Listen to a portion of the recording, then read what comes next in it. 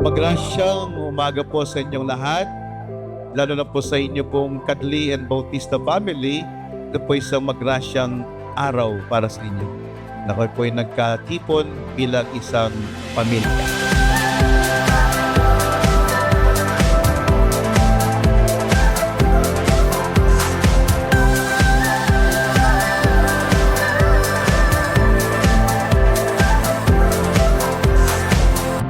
Ako po yung Pekka youngest sister from the B12 family. Okay, ang purpose po, siyempre, number one, unity. I'm sure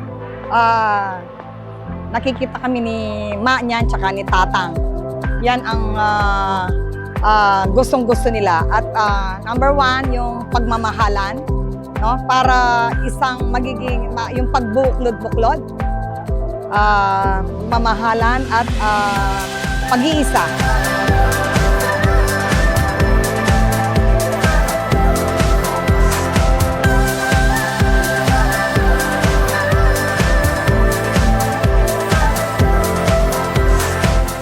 Every part of the body is very important.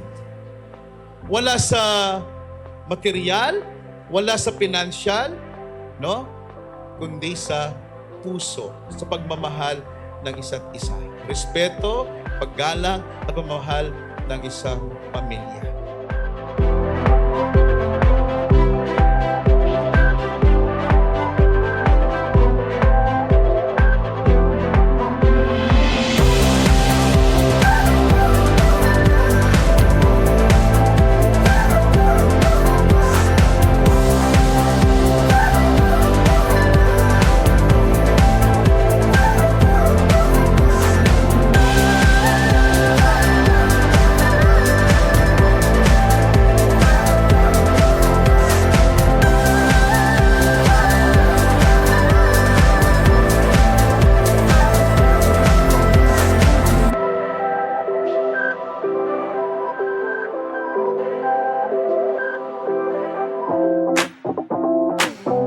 Kinukwenta ko, yung mga bata dyan, they're already fifth generation.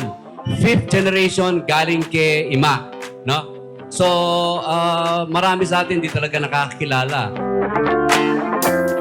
Nakapong kaswerte nga ni Aldo nga ini pasalamat ta ka rin B12 kasi gawa day ni to God be the glory. Palakpakan tala po ulit.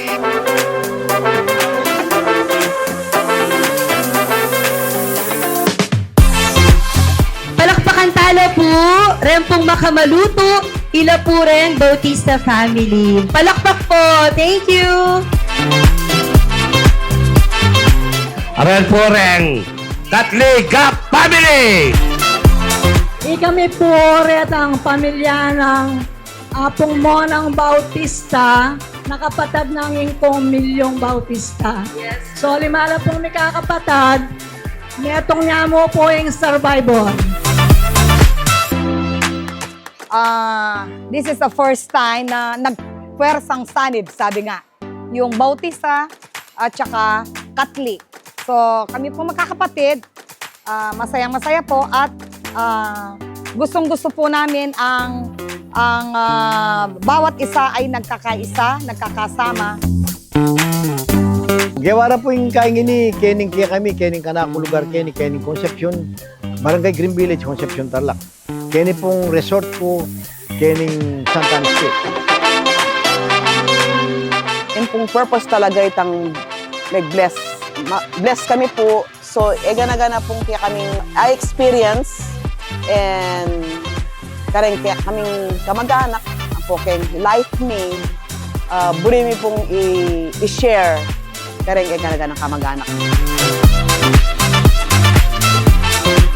Para po makabanding namin yung mga kapatid namin, ay mga kamag-anak namin at makapagbigay po ng kasayaan sa kanila. So we are blessed and God is very good to us. I'm so proud to be one of the Bautista kasi po kayong pegararan mi at the same time rin pengari ko talaga po. Tinaguyod na kami kayong pangagaral. So education is very, very important. It will lead us to be a blessing of our relatives.